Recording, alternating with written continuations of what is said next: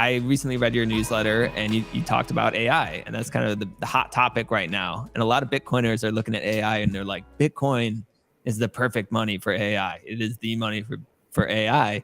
And I'd love to just hear your thoughts around that, because that's a very popular topic right now, and I always appreciate your thoughts. Yeah, so sellability is related to industries or locations. So there's no such thing as global sellability. And that's why, for example, if you take a typical fiat currency like the Egyptian pound, it's highly saleable in Egypt. It's moderately saleable in neighboring countries, and it's virtually not saleable at all when you get out of that certain region. And so a given fiat currency is like a 10 out of 10 saleability in its own jurisdiction and like a 2 out of 10 elsewhere. And a couple of currencies like the dollar and the euro are 10 out of 10 in their own jurisdiction, and they still might be like 7 out of 10 in other jurisdictions. A gold coin might be 7 out of 10 everywhere. It doesn't really have a 10 out of 10 anywhere, but it's like 7 out of 10 almost everywhere. And Bitcoin's kind of like ranges probably between like a 3 out of 10 to a 5 out of 10 almost everywhere. So it's more saleable than many currencies outside of their own jurisdiction, but it doesn't have that like epicenter 10 out of 10 area of jurisdiction.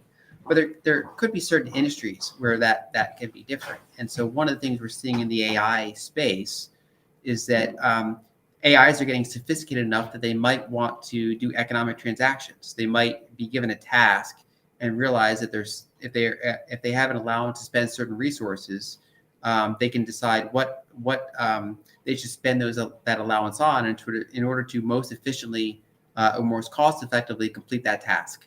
And they might decide that they need certain API access. They might need certain extra processing power temporarily. And these are resources that can be made available to them if they're able to pay for it. And it's hard for an AI to get a bank account. They don't really have a good credit history. Bankers don't really want to give them credit. There's all sorts of questions around that. But open source money is something that they can just use. They don't have to ask anyone's permission. It's permissionless. In addition, it can do microtransactions. It's programmable. It can be split up and sent to multiple things in parallel. There's all sorts of cool things you can do when you're an AI agent that thinks faster than a human and is just basically able to iterate with open source money. And so we've seen interesting things. There's the Fedi hackathon. Lightning Labs has made various tools to make it easier to pay in Lightning for automated agents. And so we're still obviously really early stages here.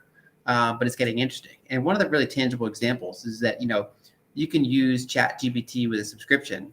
But when you start thinking on a global scale, we go back to that, 160 different fiat currencies. And, let's say you're from Nigeria and you want to access it, and it's hard to get a dollar subscription. Whereas I've used apps where you can just ask a question for like a penny over Lightning. And you're not paying a subscription, you're just paying in real time. And you're able to do microtransactions in a way that fiat currencies like Visa, PayPal, these types of payment systems are not set up to do microtransactions. There's a minimum cost that's like 50 cents or more per transaction. And so they can't do penny transactions or 5-cent transactions, whereas you can with Bitcoin and Lightning. And so whether it's AIs interacting with each other real time or people that just want to kind of get like a piecemeal access to them, microtransactions are really useful, and Bitcoin makes that possible.